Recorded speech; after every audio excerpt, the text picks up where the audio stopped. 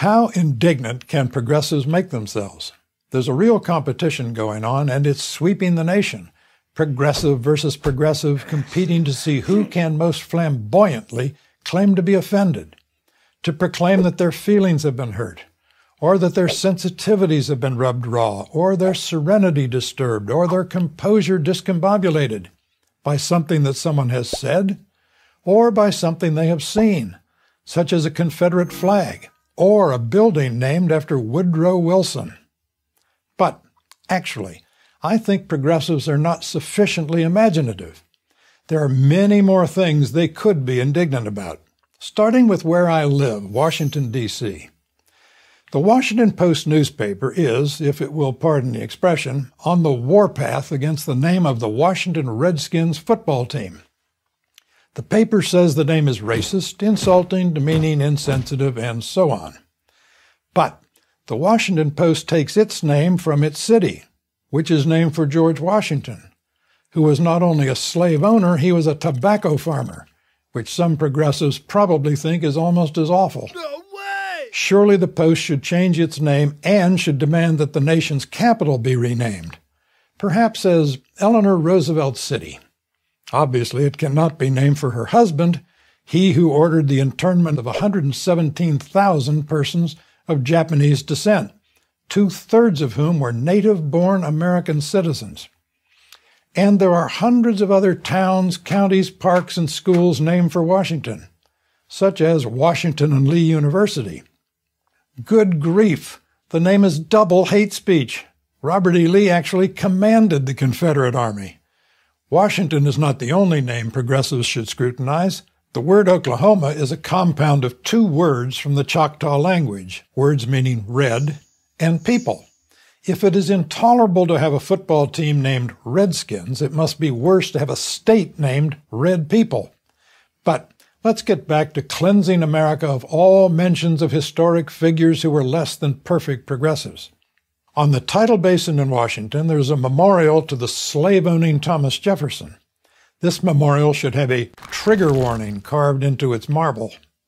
Jacksonville, Florida, and Jackson, Mississippi, and many other places and things are named for Andrew Jackson, the tormentor of Native Americans. All must be renamed for someone who was saintly as progressives understand saintliness. And speaking of saints, surely good progressives are traumatized by the names of St. Louis, St. Petersburg, San Diego, San Antonio, not to mention Corpus Christi. Progressives like it when courts rule that non-denominational prayers at high school graduations violate the separation of church and state. Why then don't they consider it a constitutional outrage that there are cities named for religious figures, including Nancy Pelosi's San Francisco?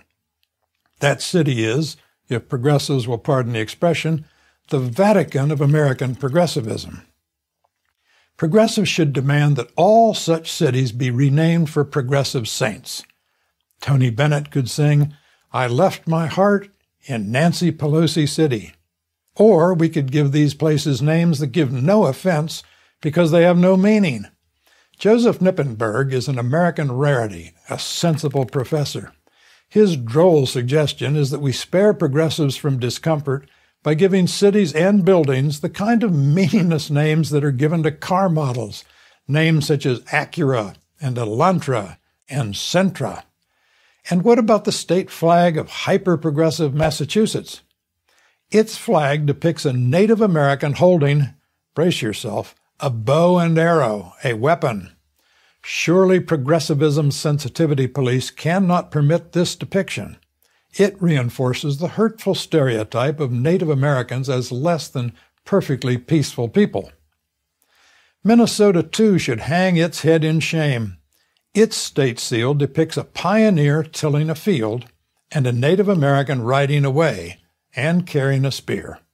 Any progressive can see that this seal conveys multiple racial slurs. The spear, another weapon, another stereotype of Native Americans as violent.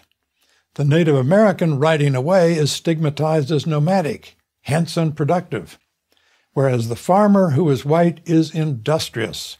So, the seal communicates subliminal slander, the coded message of white superiority.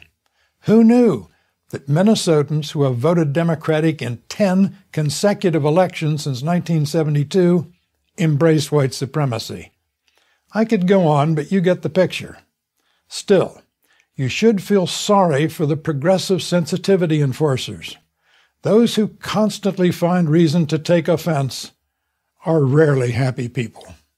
The problem, however, is that such people make almost everyone else miserable too. I'm George Will for Prager University. To subscribe to our YouTube channel, click here. To help keep our videos free, donate here.